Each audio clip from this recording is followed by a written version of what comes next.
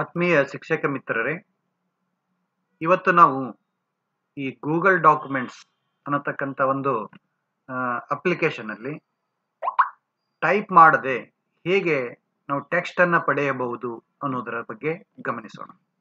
ಇದಕ್ಕಾಗಿ ಮೊದಲು ನಾವು ಗೂಗಲ್ ಕ್ರೋಮ್ ಅನ್ನ ಓಪನ್ ಮಾಡ್ಕೊಳ್ಳೋಣ. ಗೂಗಲ್ ಕ್ರೋಮ್ ಅನ್ನು ಓಪನ್ ಮಾಡಿಕೊಂಡ ನಂತರ ಇಲ್ಲಿ ಬಲಭಾಗದಲ್ಲಿ ಇರತಕ್ಕಂಥ 9 ಚುಕ್ಕೆಗಳಿವೆಲ್ಲ ಅದರ ಮೇಲೆ ನಾವು ಕ್ಲಿಕ್ ಮಾಡೋಣ. ಕ್ಲಿಕ್ ಮಾಡಿದರೆ ಗೂಗಲ್ ಡ್ರೈವ್ ಅಂತ ಹೇಳಿದೆ. ಗೂಗಲ್ ಡ್ರೈವ್ ಅನ್ನು ಓಪನ್ ಮಾಡ್ಕೊಳ್ಳೋಣ. ನೀವು ಹೊಸದಾಗಿ ಗೂಗಲ್ ಡ್ರೈವ್ ಅನ್ನು ಓಪನ್ ಮಾಡ್ಕೊಳ್ತಾ ಇದ್ರೆ ಅದು ಕಂಪಲ್ಸರಿ ಕಡ್ಡಾಯವಾಗಿ ನಿಮ್ಮ ಇಮೇಲ್ ಐಡಿ ಅನ್ನು ಕೇಳುತ್ತೆ. ಇಮೇಲ್ ಐಡಿಯನ್ನು ನಮೂದಿಸಿ ನಿಮ್ಮ ಪಾಸ್ವರ್ಡ್ ಅನ್ನು ನಮೂದಿಸಿದ ನಂತರ ಈ ರೀತಿ ಗೂಗಲ್ ಡ್ರೈವ್ ಏನಾಗುತ್ತೆ ಒಂದು ಓಪನ್ ಆಗುತ್ತೆ. ಇದರಲ್ಲಿ ನಾವು ನ್ಯೂ ಅಂತ ಹೇಳಿದೆ. ಆ ನ್ಯೂ ನಲ್ಲಿ ಈ ಗೂಗಲ್ ಡಾಕ್ಸ್ ಅಂತ ಹೇಳಿದೆ, ನೀವು ನೋಡಬಹುದು ಗೂಗಲ್ ಡಾಕ್ಯುಮೆಂಟ್ಸ್ ಅಂತ ಹೇಳಿದೆ. ಅದರಲ್ಲಿ ಬ್ಲಾಂಕ್ ಡಾಕ್ಯುಮೆಂಟ್ ಅನ್ನು ಸೆಲೆಕ್ಟ್ ಮಾಡ್ಕೊಳ್ಳೋಣ. ನೋಡಿ, ಇದು ಯಾರಿಗೆ ಟೈಪ್ ಬರುವುದಿಲ್ಲ ಅವರಿಗೆ ಅತ್ಯಂತ ಉಪಯುಕ್ತಕರವಾಗಿರ್ತಕ್ಕಂಥ ಒಂದು ಬೇರೆ ಬೇರೆ ಭಾಷೆಗಳಲ್ಲಿ, ಇಂಗ್ಲಿಷ್ ಅನ್ನು ಎಲ್ಲರೂ ಸುಲಭವಾಗಿ ಟೈಪ್ ಮಾಡಬಹುದು, ಆದರೆ ಬೇರೆ ಬೇರೆ ಭಾಷೆಗಳಲ್ಲಿ ಸುಲಭವಾಗಿ ಟೈಪ್ ಮಾಡಲಿಕ್ಕೆ ಕೆಲವರಿಗೆ ಬರುವುದಿಲ್ಲ. ಅಂತ ಸಂದರ್ಭದಲ್ಲಿ ಆ ಭಾಷೆ ನಮಗೆ ಗೊತ್ತಿದ್ದರೆ ಆ ಭಾಷೆಯನ್ನ ಉಪಯೋಗಿಸಿಕೊಂಡು ನಾವು ಇಲ್ಲಿ ಟೆಕ್ಸ್ಟ್ ಅನ್ನ ಪಡೆಯಬಹುದು. ಮತ್ತು ಆ ಟೆಕ್ಸ್ಟ್ ಅನ್ನ ನಮಗೆ ಬೇಕಾದಲ್ಲಿ ಅಂದ್ರೆ ಪವರ್ ಪಾಯಿಂಟ್ ನಲ್ಲಿ, ವರ್ಡ್ ಡಾಕ್ಯುಮೆಂಟ್ ನಲ್ಲಿ, ಎಕ್ಸೆಲ್ ನಲ್ಲಿ ಹಾಗೂ ಇತರ ಅಪ್ಲಿಕೇಶನ್ಸ್ ಗಳಲ್ಲಿ, ಆಫೀಸ್ ಅಪ್ಲಿಕೇಶನ್ಸ್ ಗಳಲ್ಲಿ ನಾವೇನ್ ಮಾಡಬಹುದು, ಸುಲಭವಾಗಿ ಇದನ್ನ ಬಳಸಿಕೊಳ್ಳಬಹುದು. ಹೇಗೆ ಅನ್ನೋದ್ರ ಬಗ್ಗೆ ಈಗ ನೋಡೋಣ. ಮೊದಲನೇದಾಗಿ ಈ ಗೂಗಲ್ ಡಾಕ್ಯುಮೆಂಟ್ಸ್ ಓಪನ್ ಆದ ನಂತರ ನೀವು ಅದಕ್ಕೆ ಒಂದು ಹೆಸರನ್ನು ಕೊಡಬಹುದು. ನಾನು ವಾಯ್ಸ್ ಟೈಪಿಂಗ್ ಅಂತ ಹೆಸರು ಕೊಡ್ತೇನೆ.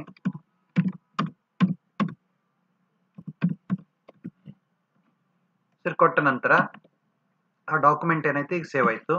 ಇಲ್ಲೇ ನೀವು ನೋಡಬಹುದು ಅನೇಕ ಮೆನುಗಳಿವೆ. ಫೈಲ್ ಇದೆ, ಎಡಿಟ್ ಇದೆ, ವ್ಯೂ ಇದೆ, ಇನ್ಸರ್ಟ್ ಇದೆ, ಫಾರ್ಮೆಟ್ ಇದೆ, ಟೂಲ್ಸ್ ಇದೆ. ನಾನು ಟೂಲ್ಸ್ ಮೇಲೆ ಕ್ಲಿಕ್ ಮಾಡ್ತೇನೆ. ಕ್ಲಿಕ್ ಮಾಡಿದ ತಕ್ಷಣ ಇಲ್ಲಿ ಅನೇಕ ಡ್ರಾಪ್ ಡೌನ್ ಮೆನುಗಳು ಓಪನ್ ಆಗುತ್ತೆ. ಈ ಡ್ರಾಪ್ ಡೌನ್ ಮೆನುಗಳಲ್ಲಿ ಇಲ್ಲಿ ವಾಯ್ಸ್ ಟೈಪಿಂಗ್ ಅಂತ ಹೇಳಿದೆ, ನೀವು ಗಮನಿಸಬಹುದು. ಅಲ್ಲಿ ಒಂದು ಮೈಕ್ ಇದೆ ಪಕ್ಕದಲ್ಲಿ. ಆ ಮೈಕ್ ಇರತಕ್ಕಂಥ ಈ ವಾಯ್ಸ್ ಟೈಪಿಂಗ್ ನ ಮೇಲೆ ನಾವು ಕ್ಲಿಕ್ ಮಾಡ್ಕೊಳ್ಳೋಣ. ಕ್ಲಿಕ್ ಮಾಡಿಕೊಂಡ ನಂತರ ಈ ರೀತಿ ಒಂದು ಬಾಕ್ಸ್ ಓಪನ್ ಆಗುತ್ತೆ. ಮೈಕ್ ಅನ್ನು ಒಳಗೊಂಡಿರತಕ್ಕಂಥ ಒಂದು ಬಾಕ್ಸ್ ಓಪನ್ ಆಗುತ್ತೆ. ನೀವು ಒಂದು ವೇಳೆ ಇಂಗ್ಲಿಷ್ ನಲ್ಲೇ ಟೈಪ್ ಮಾಡಬೇಕಾಗಿದ್ದರೆ ನೀವು ಜಸ್ಟ್ ಇದರ ಮೇಲೆ ಕ್ಲಿಕ್ ಮಾಡಿ.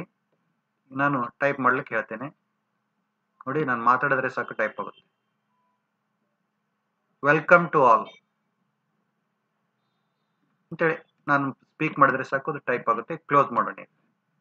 ಕ್ಲೋಸ್ ಮಾಡಿ ಇದರ ಸೈಜ್ ಅನ್ನು ನಾವೇನ್ ಮಾಡ್ಕೋಬಹುದು, ವಿಸ್ತಾರ ಮಾಡ್ಕೋಬಹುದು, ಜಾಸ್ತಿ ಮಾಡ್ಕೋಬಹುದು. ನಮಗೆ ಬೋಲ್ಡ್ ಬೇಕಾದ್ರೆ ಬೋಲ್ಡ್ ಮಾಡ್ಕೋಬಹುದು.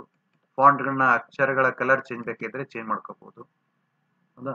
ಇದಾದ ನಂತರ ನಮಗೆ ಇಂಗ್ಲಿಷ್ ನಲ್ಲಿ ಬೇಡ, ನಮಗೆ ಕನ್ನಡದಲ್ಲಿ ಟೈಪಿಂಗ್ ಬೇಕು, ನಮ್ಗೆ ಕನ್ನಡ ಟೈಪ್ ಮಾಡೋದು ಬರೋದಿಲ್ಲ, ಕನ್ನಡದಲ್ಲಿ ನಮ್ಗೆ ಟೈಪಿಂಗ್ ಬೇಕು ಅಂತಂದ್ರೆ ನಾನು ಇಲ್ಲಿ ಒಂದು ಸಣ್ಣ ಎರೋ ಮಾರ್ಕ್ ಇದೆ, ಆ ಎರೋ ಮಾರ್ಕ್ ನ ಮೇಲೆ ನಾನು ಕ್ಲಿಕ್ ಮಾಡ್ತೇನೆ.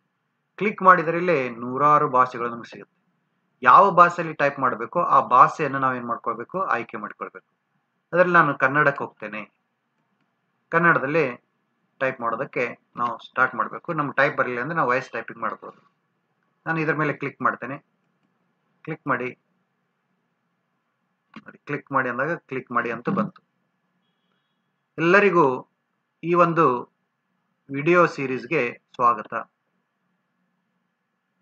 ಅಂತೇಳಿ ನಾನು ಮಾತಾಡಿದ್ರೆ ಬೇಕನ್ಸಲ ಟೈಪ್ ಆಗಲಿಲ್ಲ ಅಂದ್ರೆ ಇನ್ನೊಂದ್ಸಲ ಕ್ಲಿಕ್ ಮಾಡಿ, ಕ್ಲೋಸ್ ಮಾಡಿ. ಈಗ ಮತ್ತೆ ನೀವು ಟೈಪ್ ಮಾಡಬಹುದು. ಎಲ್ಲರಿಗೂ ಸ್ವಾಗತ.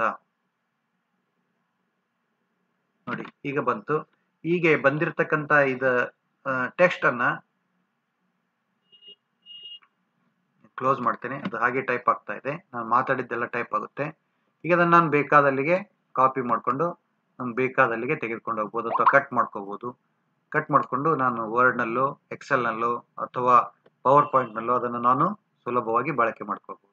ಹೀಗೆ ಎಲ್ಲಾ ಶಿಕ್ಷಕರಿಗೂ ಯಾರಿಗೆ ಟೈಪಿಂಗ್ ಬರುವುದಿಲ್ಲೋ ವಿವಿಧ ಭಾಷೆಗಳಲ್ಲಿ ನಾವು ಸುಲಭವಾಗಿ ಈ ಗೂಗಲ್ ಡಾಕ್ಯುಮೆಂಟ್ಸ್ ನಲ್ಲಿ ಇರ್ತಕ್ಕಂಥ ಈ ವಾಯ್ಸ್ ಟೂಲ್, ವಾಯ್ಸ್ ಟೈಪಿಂಗ್ ಅಂತ ಹೇಳಿದೆಯಲ್ಲ, ಆ ವಾಯ್ಸ್ ಟೈಪಿಂಗ್ ನೋಡಿ, ವಾಯ್ಸ್ ಟೈಪಿಂಗ್ ಅನ್ನು ಉಪಯೋಗಿಸಿಕೊಂಡು ಸುಲಭವಾಗಿ ಎಷ್ಟು ಬೇಕಾದಷ್ಟು ಸಮಯದವರೆಗೆ ನಾವು ನಿರಂತರವಾಗಿ ಟೈಪ್ ಮಾಡಿ ಅದನ್ನ ಉಪಯೋಗಿಸಿಕೊಳ್ಳಬಹುದು. ಇಲ್ಲಿವರೆಗೆ ಈ ವಿಡಿಯೋವನ್ನು ನೋಡಿರ್ತಕ್ಕಂಥ ತಮಗೆಲ್ಲರಿಗೂ ಧನ್ಯವಾದಗಳು ಶಿಕ್ಷಕರೇ.